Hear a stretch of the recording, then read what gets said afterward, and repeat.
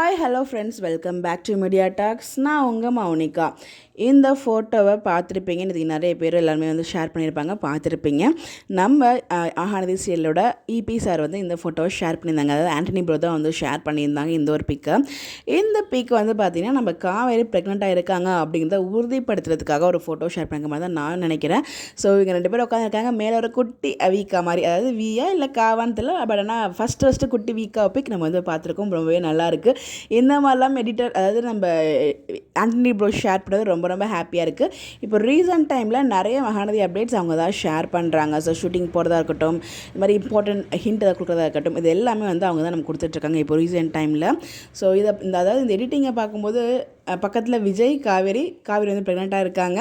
ரெண்டு பேருமே யோசிச்சுட்டு இருக்காங்க. மேலே பேபி இருக்குது. என்னவா இருக்கும், உங்களுக்கு என்ன தோணுதுன்னு சொல்லி மறக்காமல் கமெண்ட்டில் ஷேர் பண்ணுங்கள். என்னை பொறுத்த வரைக்கும் காவேரி ப்ரெக்னெண்ட்டாக இருக்காங்க அப்படிங்கிற அதில் நம்ம தான் உறுதிப்படுத்திட்டோமே. நம்ம இப்போ ப்ரொமோ பார்த்துட்டு அவங்களுக்கு தான் காவேரிக்கு தான் சந்தேகமாக இருக்குது, நம்ம ப்ரெக்னெண்ட்டாக இருப்போமோ அப்படின்னு சொல்லிட்டு. வீக்கா ஃபேன்ஸ் யாருக்கும் சந்தேகமெல்லாம் இல்லை, அது கன்ஃபார்ம் ப்ரெக்னென்ட்னு எல்லாருக்குமே தெரியும். ஸோ அதை உறுதிப்படுத்துகிற மாதிரி தான் இந்த ஒரு ஃபோட்டோ ஷேர் பண்ணியிருப்பாங்கன்னு நினைக்கிறேன். உங்களுடைய கருத்துக்கள் மறக்காமல் கமெண்ட்டில் ஷேர் பண்ணுங்கள். இந்த மாதிரி எப்படி தெரிஞ்சுக்க நம்மளோட சேனலை ஃபாலோ பண்ணிக்கோங்க. Bye bye.